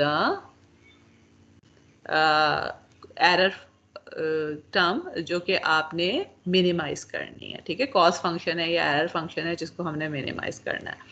इसके लिए और अगेन ये एग्जांपल जिस तरह मैंने यहाँ लिखा हुआ है कर्व फिटिंग की एग्जांपल, हम सिंपलेस्ट एग्जांपल है जिसकी हम बात कर सकते हैं इस टर्म में कि आप कैसे सैंपल बाय सैंपल एरर को कंप्यूट करके एंड देन उसका सम जो है उसको मिनिमाइज करना चाह रहे होते हैं। तो लेट्स ट्राई टू फॉर्मुलेट कि इसका की जो इक्वेशन है उसमें अब देखें, इफ़ यू रिमेंबर हमारे पास जो एंड गोल क्या होता है कि we want to find optimum weight, ठीक है। आपके पास अभी तक जो हम करते रहे हैं we want to find h of optimum, ठीक है। और इस केस में जो है वो वी आर रिप्रेजेंटिंग टॉपिक में इसको W हैट से हम रिप्रेजेंट कर रहे हैं, मगर it doesn't matter h optimum है या W हैट है, both of them are representing the weight, जिस केस में Jn जो है दिस इज मिनिमाइज या एरर फंक्शन जो है वो मिनिमाइज हो जाए, कॉस्ट फंक्शन मिनिमाइज हो जाए। और इसको मिनिमाइज करने के लिए हमने क्या कहा था, वी सॉ कि अगर हम इसका ग्रेडियंट लेके with respect to the weight उसको जीरो के कंप्यूट इक्वल रख लें तो वहाँ से we should be able to get the values of W जिसके अंडर में ये मिनिमाइज हो जाएगा, ठीक है। So this is how we will proceed. उसके लिए कि फॉर्मुलेशन करने के लिए इसके लिए we start with the terminologies first. X of n को हमने डिफाइन किया है input vector, W of n को we have defined as the weight vector या जो कि हम फिल्टर की बात करके H जिसको हम कहते रहे उसको यहाँ पे W से किया हुआ है, और Dn जो है वो डिजायर्ड आउटपुट है जिससे हमने इसको रिप्रेजेंट किया हुआ है। इस केस में again this is something important कि we are not specifying the structure of the elements of the input vector X of N कि ये जो है वो इंडिपेंडेंट है, स्टेटिस्टिकली डिस्ट्रीब्यूटेड है, क्या क्या मतलब वो स्टेशनरी हैं या क्या इनकी जो है वो स्पेसिफिक प्रॉपर्टीज़ हैं in terms of statistical properties जो हैं उसकी हम बात नहीं कर रहे बिकॉज ऑफ द रीज़न कि हम डिटर्मिनिस्टिक सेंस में कर रहे हैं, we are just taking the samples themself और उससे हम कंप्यूट करने की कोशिश कर रहे हैं, ठीक है। तो अब इस केस में जो है अब फॉर एनी इंस्टेंट n, ठीक है, एट लेट्स सपोज कि हम टाइम n की बात कर रहे हैं तो वेट वेक्टर को हम लिख सकते हैं W of n से, एंड इन दैट केस हमारे पास जो आउटपुट के सैंपल्स हो जाएंगे they will be equal to this thing, ठीक है। ये वाली चीज़ तो खैर आपको ऑलरेडी पता है कि आउटपुट कैसे आ जाता है। अगर हम आपके पास जो फिल्टर है तो अगर x of n हमारा इनपुट है, ठीक है, sorry it should B k, and then k is going from 0 to नहीं 1 से n तक, वही नोटेशन रख रही हूँ जो कि बुक में है, ठीक है। अच्छा, it is going from 1 to n। Now what does it mean कि अगर आपने एक एक्स ऑफ n यहाँ दिया है एंड देन यहाँ पे वेट वेक्टर w था या तो इस केस में वी नो कि y हमें कैसे मिल रहा होता है, w ट्रांसपोज x करके। यहाँ पे जो इम्पोर्टेंट चीज़ है वो अगेन क्या है कि इट मैटर्स कि आप y की कौन सी वैल्यू को कंप्यूट कर रहे हैं। फॉर एग्जांपल अगर आप first point k equal to 1 के लिए y कंप्यूट कर रहे हैं तो in that case let's suppose कि n जो है वो मेरे पास 2 है सिंपली, तो इसका मतलब है कि k मेरे पास कहाँ तक जा रहा होगा, सबसे पहले k भी 1 और 2 हो जाएगा। k इक्वल टू 1 के लिए मेरे पास y 2 of 1 जो है that would be equal to weight at 2, ठीक है। अब अगेन वो वाली जो फिगर हमने देखी थी अभी हमने जो लीनियर रिग्रेशन की एक फिगर से बनाई थी उसको याद रखें। वेट एट 2 का क्या मतलब है कि जिस पॉइंट पे आप आ गए उस पॉइंट पे जो आपने ऑप्टिमम वेट वेक्टर किया हुआ है हम उसकी बात कर रहे हैं, ठीक है। Vector weight vector is not changing but what is changing, input आपने जो लिया है you will be taking the input vector of the time equal to 1 और जब इससे आप कंप्यूट करेंगे तो you will be getting y2 of 1 and then when you use the same weight vector but on the second input vector then in that case you will be getting y2, ठीक है। और इसी तरह से अगर n आपका बढ़ जाएगा तो इसका मतलब है कि length of these vectors would also increase. W जो है ये आपके पास, हम इसके एग्जाम्पल भी करेंगे तो ज़ाहिर से आपकी ज़्यादा चीज़ क्लियर हो जाएगी, but just keep that thing in mind कि आपके पास जो भी x है उसके कंपोनेंट्स जो x आप यूज़ कर रहे हैं it will be dependent upon के आप x का जो वेक्टर आप ले रहे हैं it will be dependent upon कि आप किस टाइम इंस्टेंट की बात कर रहे हैं। W जो है that is a constant vector for that particular n, यानी अगर आपके पास n इक्वल टू 10 है तो w विल बी लेंथ 10 का जो है वो एक वेक्टर आपके पास मौजूद होगा जो कि सारे के सारे वेट्स होंगे, लेकिन x क्योंकि चेंज हो रहा होगा तो उसकी बेस पे आपके पास y's जो हैं वो that would also be changing, ठीक है। अगर एक्चुअली वी विल सी कि दिस इज एक्चुअली ओके, या चलें अभी फ़िलहाल हम यहाँ तक ही रखते हैं, फिर इसके बाद आगे आप जाएंगे तो you will be able to link it with whatever you have done in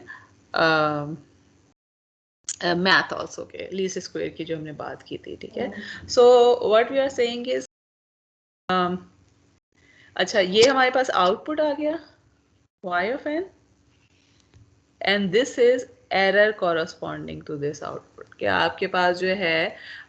again जिस तरह हमने पीछे भी देखा था और यहाँ पे मैंने जो इसमें भी किया था कि आपके पास जो एरर है अगर e अगर फर्ज करें कि मेरे पास 2 पॉइंट्स हैं तो e2 of 1 हो जाएगा मेरे पास और e2 of 2 हो जाएगा, तो e2 of 1 कौन सा हो जाएगा, एरर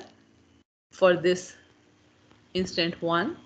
एंड e2 of 2 क्या हो जाएगा, for error for this instant 2। And similarly जब अगर आपके पास n ज़्यादा पॉइंट्स हैं तो इसका मतलब है कि आपके इनपुट जो है वो एरर जो है it will keep on changing based upon के आप किस पॉइंट पे जो है उसको कंप्यूट कर रहे हैं। Okay, any questions till now, otherwise जी जी मैम वो जो वेटेड वेक्टर था वो उसको मैम हम किस तरह कंप्यूट करेंगे जो एरर के साथ एक्चुअली फिलहाल जो है ना इसमें बिल्कुल स्टार्ट के जो हम कंप्यूटेशन करेंगे ना उसमें तो फिलहाल वी आर अस्यूमिंग कि वेट वेक्टर जो है ना वो 1 हम उसको अस्यूम करके कर रहे हैं, ठीक है। उसके बाद we will talk about it later जब हम रिकर्सिव लीस्ट स्क्वेयर वगैरह की बात करेंगे कि उसमें जो वेट वेक्टर है वो अगेन अगर आपको याद हो कि वेट वेक्टर जो है ना उसके लिए there is no standard way of computing the weight vector. Weight vector is always dependent upon the जो डेटा है कि जिसके साथ आप काम कर रहे हैं, ठीक है। फॉर एग्जांपल हमारे पास जो है लेट्स सपोज के if you have a data, जिस तरह आप ब्रेन डेटा के साथ काम कर रहे हैं, ठीक है, एंड देन लेट्स सपोज कि यू आर वर्किंग विद, आप नेचुरलिस्टिक डेटा के साथ काम कर रहे हैं, एंड यू नो कि सर्टन पॉइंट पे जहाँ पर कोई स्पेसिफिक टाइप का सीन आ गया है, तो उसमें एक स्पेसिफिक रीजन्स का जो भी सिग्नल है इट शुड बी इन्हांस, ठीक है। आपको नॉर्मली जो है वो मिल रहा है, but there are certain points के जहाँ पर आपको वो इतना क्लियर नहीं मिल रहा या इतना हाई मैग्नीट्यूड नहीं मिल रहा, बिकॉज ऑफ द रीज़न कि मे बी उस वक्त जो है वो पर्सन ने जो है वो हेड मूव कर दिया था, या ये कि आपका जो भी आपने बीच में इंस्ट्रूमेंट वगैरह यूज़ किया हुआ था उसमें कोई एरर आ गया था, और something like this, but you know कि it should have been something कि जिसकी हाई वैल्यू है। So for what you can do is कि आप वेट वेक्टर डिफाइन कर सकते हैं कि जो उस केस में मैग्नीट्यूड को हाई करके एरर को जो है वो मिनिमाइज या मैक्सिमाइज या उसके ऊपर इफेक्ट डाल रहा होगा, ठीक है। बट द थिंग इज कि वेट वेक्टर डज मैटर कि बिकॉज ऑफ द रीजन कि उसकी वजह से जो है वो हमारा एरर मिनिमाइज हो सकता है, लेकिन उस वेट वेक्टर के लिए ये डिसाइड करना कि उस वेट वेक्टर को जो है हम फॉर्मुलेट कैसे करें, that would actually not be something जो कि हम एक स्टैंडर्ड प्रोसीजर से लर्न कर सकते हैं, that would change based upon your scenario to scenario, ठीक है। लेकिन ये कि we will see, I will see कि अगर मुझे कोई इस तरह का एग्जांपल वगैरह मिलती है तो we will talk about the weight vector, ठीक है जी। अनदर क्वेश्चन, यानी कि मैम हम लेबल की बेस के ऊपर वो फिर उसको डिसाइड कर रहे होंगे ना, ऐसे ही है? लेबल की बेस पे डिसाइड कर रहे होंगे, जी जी बिल्कुल। मतलब अगेन इट डिपेंड्स कि अगर आप क्लासिफिकेशन की बात कर रहे हैं ना, तो फिर इसका मतलब है कि आप लेबल की बेस पे उसको डिसाइड कर रहे हैं कि हाँ जी, या ये कि अब जिस तरह जो एग्जांपल मैंने अभी आपको जिस तरह फॉर एग्जांपल नेचुरलिस्टिक स्टिमुलाई की अगर हम एग्जांपल ले लें, तो उसमें we are not actually talking about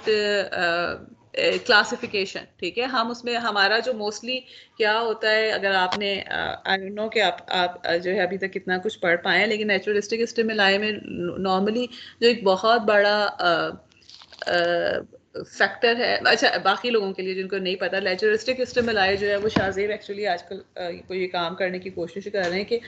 naturalistic stimuli जो होते हैं वो इस तरह का होता है कि अगर आप कुछ सुन रहे हैं या कोई अगर आप वीडियो वगैरह देख रहे हैं, for example you are listening to my voice now,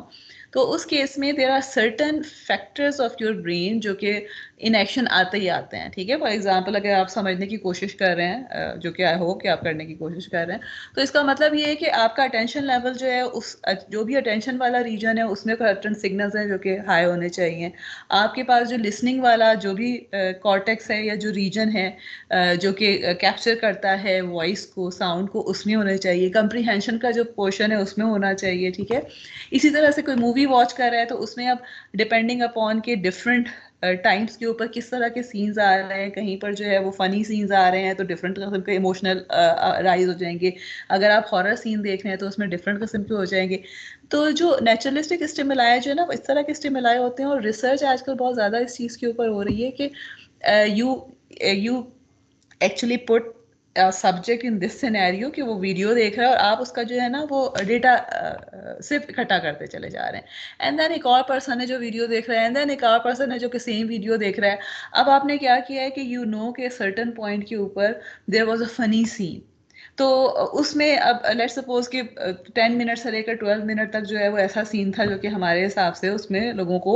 funny था। तो इसका मतलब है कि इमोशंस जो आपके पास या वो जो एरिया है जो कि इमोशंस को करता है उसमें कुछ इस तरह की फ्रिक्वेंसीज या सिग्नल्स होने चाहिए जो कि फनी सीन्स को रिप्रेजेंट करते हैं। अब in order to see कि are they creating the same level of fun or same level of emotions in everyone, क्या हो सकता है कि हम उसको कोरिलेट करते हैं, उस स्पेसिफिक रीजन को उठाएं और उस स्पेसिफिक टाइम पॉइंट पर एक स्पेसिफिक रीजन को जिसमें हमें पता है कि यहाँ पे इमोशंस से रिलेटेड सिग्नल्स होते हैं, और फिर हम कोरिलेट करके and then we try to figure out कि अच्छा सारों में ऐसा हो रहा है कि नहीं हो रहा, किसी में नहीं हो रहा तो क्यों नहीं हो रहा, कोरिलेशन कम है तो क्यों है, ज़्यादा है तो क्यों है, ठीक है। या ये कि हम ये भी कर सकते हैं कि सेम पर्सन में अगर वो फनी सीन्स हैं जो कि रिपीट हो रहे हैं, we try to correlate the signal from those particular regions of the same participant with each self देखने के लिए कि अच्छा अगर सेम पार्टिसिपेंट है वो शुरू में ज़्यादा अच्छा फील कर रहा था इस तरह के सीन से, या आखिर में जाके वो थकने के बाद भी उसको सेम फील, मतलब there can be many things ना, बट द थिंग इज कि नेचुरलिस्टिक स्टिमुलाई वाला जो होता है वो इस किस्म का एक्सपेरिमेंट होता है। अब जब मैं वेटेड वेक्टर वाली एग्जांपल दे रही थी वो मैं इस तरह से दे रही थी कि फॉर एग्जांपल अगर फर्ज करें कि 10 लोगों को हमने दिखाया है और हमें ये है कि जी फनी सीन के ऊपर सबका जो है वो स्पेसिफिक थ्रेशोल्ड से ऊपर होना चाहिए, लेकिन कहीं पर मुझे जो है वो सिग्नल मिल ही नहीं रहा, या मिल रहा है तो बहुत कम मिल रहा है, तो देयर इज अ पॉसिबिलिटी कि आई फील कि ओके मे बी, या तो ये कि मैं उस पर्सन को बिल्कुल ही निकाल दूं एक्सपेरिमेंट में से के, या ये कि आई कैन मे बी से कि अच्छा जी ये 3 मिनट थे ना, इसमें से अगर 5 सेकंड का डेटा जो है वो कुछ गड़बड़ है तो let me multiplied with a weight vector जिसका जो कि मुझे एरर को कम कर दे, या ये कि इसके मैग्नीट्यूड को इतना कर दे, बिकॉज आई डोंट थिंक कि इतनी फ्लक्चुएशंस होनी चाहिए उसमें, it may be because of some error और something like this, but the point is के दिस इज डेटा डिपेंडेंट, ठीक है, दिस इज सिनेरियो डिपेंडेंट कि आप क्या करवाना चाह रहे हैं, ठीक है, वेट वेक्टर को, बट ओवरऑल जो है उस वेट वेक्टर का जिस तरह हमने देखा है कि जो वेट वेक्टर है वो हर कंपोनेंट के एरर के हर कंपोनेंट के साथ एक डिफरेंट जो है ना मैम इसको यहाँ पे जो है इसको नाम क्या दिया गया, इन्होंने वेट तो नहीं किया हुआ, हाँ वेइंग फंक्शन का हुआ, ठीक है, तो वेइंग फंक्शन जो है that is different for every error term,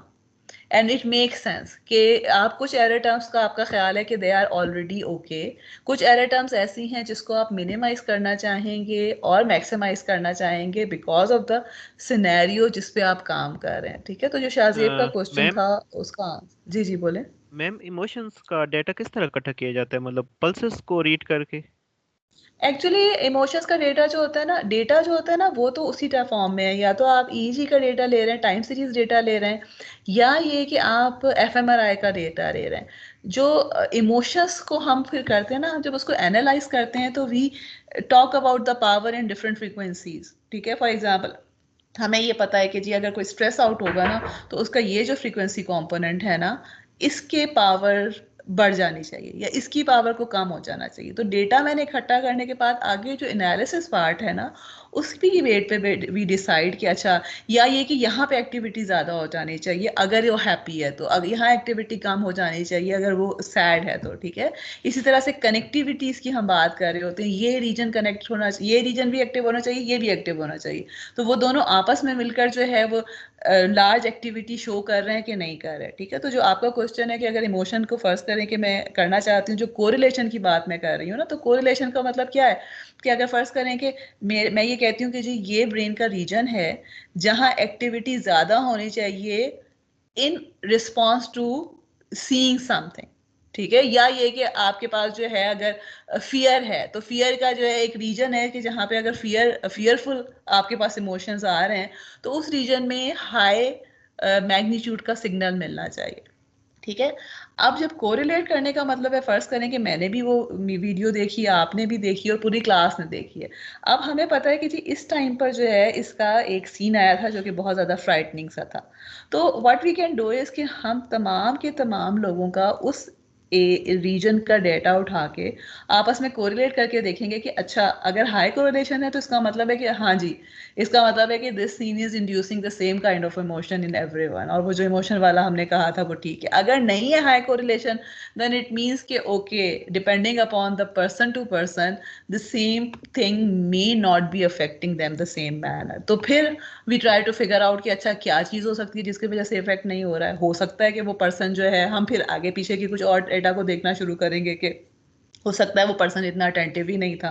हो सकता है उसने इतनी ज़्यादा ऑलरेडी मूवीज़ देखी हुई हैं कि उसको इतना फ़र्क नहीं पड़ सकता, हो सकता है उसका एज फैक्टर ऐसा है कि फ़र्क नहीं पड़ा, हो सकता है कि अगेन जो ये बात मैं अभी कर रही थी कि हमारा जो सिग्नल हमने जब कंप्यूट किया है तो वो पर्सन जो था उसने वो सिग्नल समहाउ उसने अपना सर हिला दिया था, समहाउ वो कहीं ख्यालों में गुम हो गया था बजाय इसके कि वो मूवी देख रहा होता, तो there can be so many things ना, तो वो फिर बिहेवियर डेटा भी आपके पास होता है, मतलब एक्सपेरिमेंट में there are so many data set जो कि अवेलेबल होते हैं, एज का डेटा होगा, सेक्स का डेटा होगा कि किस जेंडर का पर्सन है, फीमेल है कि मेल है, इसके अलावा जो है वो उसका बैकग्राउंड क्या है, उसने पहले कभी देखी है कि नहीं देखी है, बिल्कुल पहली दफ़ा देख रहा है तो मोस्ट प्रोबेबली ज़्यादा हाई फ्रीक्वेंसी के आपके पास सिग्नल होंगे या हाई एम्पलीट्यूड के सिग्नल होंगे। अगर उसने अभी नया नया देखना, अगर वो शुरू से ही देखता चला आ रहा है तो मे भी उसको इतना फर्क ना पड़ता हो। सो मगर ये नहीं है कि हाँ आपको फौरन उस तरह से पता चल जाए कि इमोशंस किस तरह से आ रहे हैं। जो मैग्नीट्यूड्स हैं और उसके डिफरेंट आप कह रहे हैं फीचर्स हैं, ठीक है, हम फीचर्स एक्सट्रैक्ट कर रहे होते हैं। जिस तरह अगर आपने अगेन मुझे नहीं पता उसामा कि आपने क्लासिफिकेशन वगैरह पे काम किया है कि नहीं, लेकिन क्लासिफिकेशन में भी जब हम बात कर रहे होते हैं ना तो हम बेसिकली ये नहीं करते कि एक एक डेटा पॉइंट के साथ करते हैं। We try to work with the features of the data कि जी अगर जो है अगर ये स्पेसिफिक काम हुआ है तो फिर मे बी एम्पलीट्यूड इस थ्रेशोल्ड से ज़्यादा होना चाहिए, या फ्रीक्वेंसी इस फ्रीक्वेंसी से ज़्यादा होनी चाहिए, या इस रेंज में होनी चाहिए, या इससे कम होनी चाहिए। And then we try to extract only those features और उसकी बेस पे फिर हम डिसीजन कर रहे होते हैं, ठीक है। ओके चलें जी, एनी अदर क्वेश्चन? ओके चलें अब हम वापस यहाँ पर आते हैं। तो अच्छा ये वाली जो चीज़ है वो हमने ये जो हम ऑलरेडी बात कर चुके हैं, जो नोट मैंने नीचे लिखा हुआ है, the addition of the subject n to the samples of the filter output and the error estimate is to emphasise that the quantities are computed using the weighted sum of the error square over the instant up to n। ठीक है, वही वाली बात है कि हम जो है वो तमाम n तक के तमाम को जो है वो हम कर चुके हैं, ठीक है। अब again for the time being we are assuming it to be 1। इसका मतलब है कि हम ये कह रहे हैं कि तमाम एरर के जो कंपोनेंट्स हैं उनको इक्वली वेटेड है कंपोनेंट जो है ना। मतलब अगेन वही वाली बात है कि डिपेंडिंग अपॉन के हमारे पास जो है वो डेटा सेट किस तरह के है, हम उस पर इसको ज़ाहिर है चेंज कर सकते हैं, लेकिन ये कि there is no hard and fast rule के जिसको आप कहें कि ये अगर सारे के सारे 1 नहीं है तो उनको क्या होना चाहिए, ठीक है। अच्छा एनीवे, तो अगर हमने इसको सारों को 1 ले लिया है, इस केस में ये वेक्टर्स हमने डिफाइन किए हैं विच वी ऑलरेडी नो कि इनके मतलब क्या आएंगे। This is the desired output, this is actually the output of the filter, and this is the error at every instant, ठीक है। और अगर आप en1 जो है that will be actually d1 minus yn1, similarly en sub 2 जो है e sub n2 जो है this is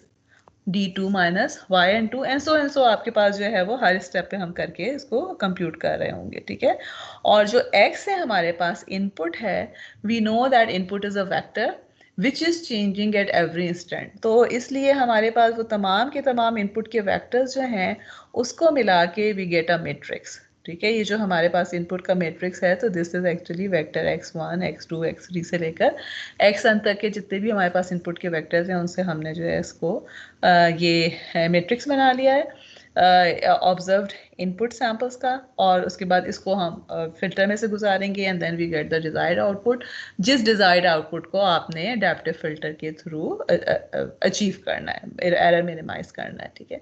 अच्छा अब इस केस में we have already seen this thing, ये मैंने पिछले वाले उस पर जो है वो हमने ये इक्वेशन देखी थी कि y और n ऑफ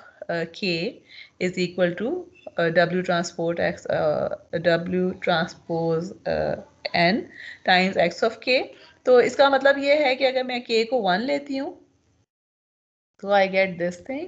अगर मैं k को 2 लेती हूँ तो मेरे पास ये इक्वेशन आ जाएगी एंड सो वो जो पीछे मैंने थोड़ा सा किया भी था वेक्टर की फॉर्म में। तो इन अदर वर्ड्स अगर मैं पूरा वेक्टर y ऑफ n ले रही हूँ, this is term by term की इक्वेशन है। तो ये इक्वेशन मेरे पास थी वो 1 बाय 1 टर्म की थी। अगर पूरा वेक्टर हम ले लेते हैं this vector, then this is equal to this vector w transpose n x1 x2 x3 and x of n, और इसको मैं इस तरह भी लिख सकती हूँ जो मैंने यहाँ पर लिखा हुआ है, and we can write it like this also, ठीक है। हमें पता है कि w transpose of n times x of n is the same as x transpose of n wn, ठीक है। इट डजेंट मैटर कि मैं कौन सी साइड जो है उसको बाहर निकाल रही हूँ और कौन सी साइड जो उसका ट्रांसपोज ले रही हूँ, दिस इज जस्ट ट्रांसपोज, एक वेक्टर को लेके दूसरे के साथ ट्रांसपोज करें तो हमारे पास सेम आ रहा होता है। तो इसको मैंने अगर इस तरह लिख दिया और यहाँ से I can take w of n outside common, और ये जो मेरे पास बच जाता है this is actually transpose of the matrix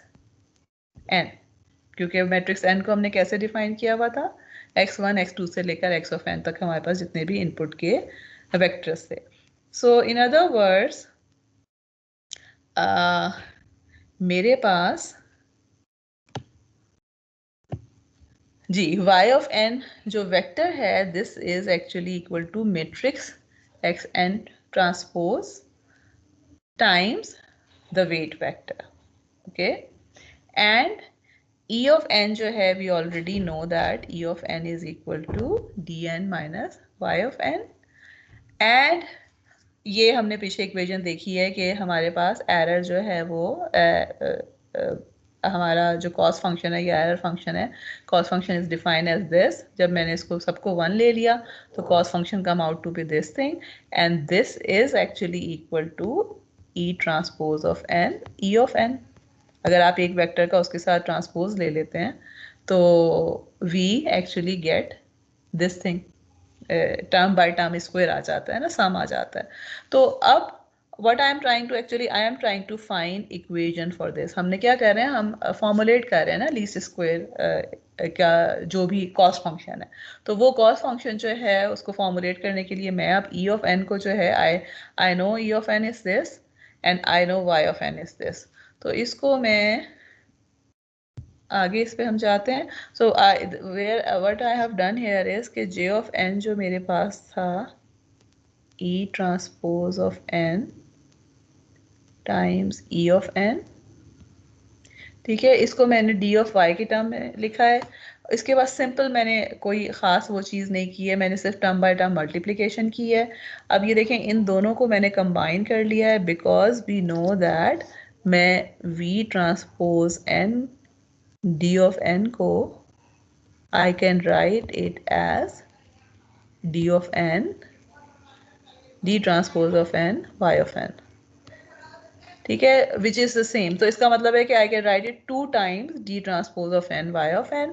और आखिर टर्म जो है वो तो इन दोनों को मल्टीप्लाई करके y transpose of n y ऑफ n आ जाती है। And now what I am doing putting y ऑफ n की वैल्यू इन दिस इक्वेशन, और उसके बाद जो है वो थोड़ी सी मैनिपुलेशन आगे पीछे मैंने की है, और वो जो कि इस स्टेप यहाँ पे स्टेप्स में लिखी हुई है मैं आपसे इसको शेयर कर लूँगी तो यू विल नो कि कैसे हो रहा है। तो एट द एंड मेरे पास कॉस फंक्शन की ये इक्वेशन आ रही है, ठीक है, this is equal to d of n d transpose of n D of N minus 2 theta n is this thing, ठीक है, उप्स, एंड वेक्टर है ये मैंने गलती की है कि यहाँ पे इसको स्केलर लिख दिया है, ठीक है, this is a vector, and ये जो है फाई ऑफ एन जो है this is a matrix and this is obtained by x of n into x n transpose matrix के साथ जो है। अब ये अगर आप देखें, अगर आप अपने जहन में लेकर आएँ जो हम LMS वगैरह करते रहे हैं, तो this equation is similar to this equation जो हमने उस केस में किया था। देखें दिस इज एक्चुअली ये d transpose of n D of n है, या and this was expected value of d transpose of n D of N minus 2 times h transpose p. तो इस केस में हमारे पास जो है एक्चुअली एच ट्रांसपोज की बजाय हमने डब्ल्यू ट्रांसपोज ऑफ एन करके थीटा एन करें या थीटा एन ट्रांसपोज करके डब्ल्यू ऑफ एन करें, इट अगेन शुडंट मैटर। तो इस केस में अगर आप देखें तो इसका मतलब है कि theta of n is actually similar to what we had in P here, and this psi of n is actually similar to what we have in R here, ठीक है। So in other words this cos function is similar to that function but in the deterministic sense, क्योंकि इसमें हमारे पास expectations वगैरह नहीं है, we have the matrix vectors जिसकी base पे हमने इसको कंप्यूट किया हुआ है। और इसमें हमारे पास अब अगेन ये वाला जो है मैं ये बहुत डिटेल में हमने लेक्चर नंबर 9 में मैंने इसको प्रूव किया था कि अब देखें हम क्या करना चाह रहे हैं, we are trying to find the optimum value of weight vector जिसके लिए हमारा एरर कॉस फंक्शन जो है वो मिनिमम हो जाएगा, या in other words my target is to compute delta j of n over delta omega डब्ल्यू ऑफ एन, ठीक है, and then put it equal to 0। तो ये इक्वेशन जो है इसको जब मैं डेल्टा ओमेगा के साथ जो है डिफरेंशिएट करती हूँ या इसका जो है वो लेती हूँ ग्रेडियंट लेती हूँ, तो it will come out to be this thing. ठीक है, और इसके लिए जो है मैंने स्टेप्स यहाँ पे एक भी नहीं लिखा है, बिकॉज लेक्चर 9 में हम इसके लिए ऑलरेडी ये चीज़ कर चुके हैं। ठीक है, we have talked about this thing कि इसको आप कैसे करते हैं कंप्यूट जब करते हैं। Actually this come out to be theta n plus 2 psi n W n, और इसको जब हम इक्वल टू 0 कर देते हैं, then in that case we get this equation, and this is the equation by definition it should be giving us the minimum और optimum weight, और उस optimum weight को मैंने W hat से represent किया हुआ है। and अगर आप again देखें, if you recall, this is similar to that, H optimum जो था that are equal to R inverse P। ठीक है, अब यहाँ पर हमारे पास साइन इनवर्स ऑफ थीटा है, और theta is the same as p, जो है एक्सपेक्टेशन नहीं है, लेकिन theta is x of n into d of N, और साई जो है वो एक्स है और एक्स ट्रांसपोज के साथ हमें मिल रहा है, और this is actually the optimum weight vector. और अगेन आप अगर इसको, अब इसका मतलब है कि what will be the optimum J या cost function optimum, cost function optimum और minimum cost function will be obtain when W is equal to this thing। तो मेरे पास जो ये मैंने यहाँ पे क्या किया हुआ है कि ये जो इक्वेशन है for cos function g of n, इसमें मैंने W की जगह W हैट की वैल्यूज लगाई हैं आगे, because that is giving me the, that must be giving me the minimum error. तो और उसके बाद अगेन मैंने रीअरेंज किया है चीज़ों को, एट द एंड मेरे पास J N come out to be this thing. ठीक है, इसको आप देख लीजिएगा, there is nothing very difficult in this, सिर्फ simply okay let me just write it here कि आपके पास J N was equal to D transpose N D N minus 2 theta transpose N, W N था, उसकी जगह मैंने उसकी वैल्यू लगा दी है, sine inverse of N theta N. ठीक है, इसके बाद हमारे पास जो था प्लस डब्ल्यू एन ट्रांसपोज था, साइन था, एंड देन डब्ल्यू ऑफ एन था, उनकी वैल्यूज लगा दी हैं। अब ये देखें, W inverse of n transpose is same as W inverse of n, and that is not, sorry, W psi जो है, psi inverse transpose will be equal to same as psi inverse, and this is only because psi is actually x और x का transpose से multiply करके आ रहा है। Again ये वाली चीज़ हमने मैथ में खासा डिटेल में पढ़ी थी कि अगर जब इस तरह से हम ले रहे होते हैं तो हमारे पास जो होते हैं वो मैट्रिसेस जो आ रहे होते हैं, they have certain properties, unitary matrix होते हैं, तो उनका आप इन्वर्स लें तो ट्रांसपोज, इन्वर्स का ट्रांसपोज भी उसी के इक्वल होता है, उनका अपना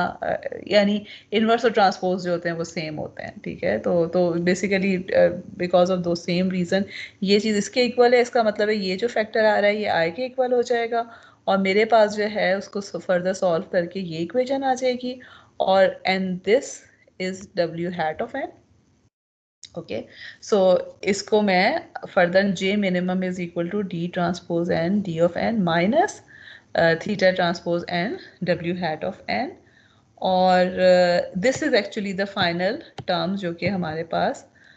मिनिमाइज कॉस फंक्शन के लिए होती है। अच्छा, आई विल स्टॉप हेयर क्योंकि अब मगरिब भी हो जाएगी और टाइम भी हो गया है, लेकिन एक जो चीज़ मैं आपसे पूछना चाहती हूँ वो ये कि जो एक्स्ट्रा क्लास एक पिछली दफ़ा की मिस हो गई थी वो आप किस दिन करना चाहते हैं? क्या आप लोग कल, आपका मेरा तो इरादा था कि मैं कल ले लूँ, लेकिन कल तो आप लोगों का वो है सबमिशन है, तो फिर आप कब देंगे?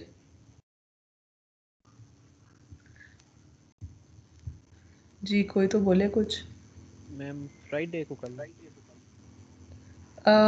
फ्राइडे को कर लो। फ्राइडे को किस टाइम पे? किसी भी टाइम पे, हमारी फ्राइडे को क्लासेस नहीं होती। फ्राइडे को क्लासेस नहीं होती हैं। अच्छा चलो ठीक है, बाकी सबका भी मसला नहीं है, फ्राइडे को सुबह भी कर नो सकते हो, मैम, जल्दी भी। यस मैम आप में से कोई सुबह ठीक जॉब है वगैरह का तो मसला नहीं है ना? चलो ठीक है, मैं फिर फ्राइडे को ना अनाउंस कर दूंगी कि किस टाइम पर होगी वो। ठीक है, इंशाल्लाह फिर फ्राइडे को कर लेंगे किसी टाइम पर जो है। ओके चलें फिर, लेट्स स्टॉप हियर। मैं इसको रिकॉर्डिंग को स्टॉप कर देती हूँ।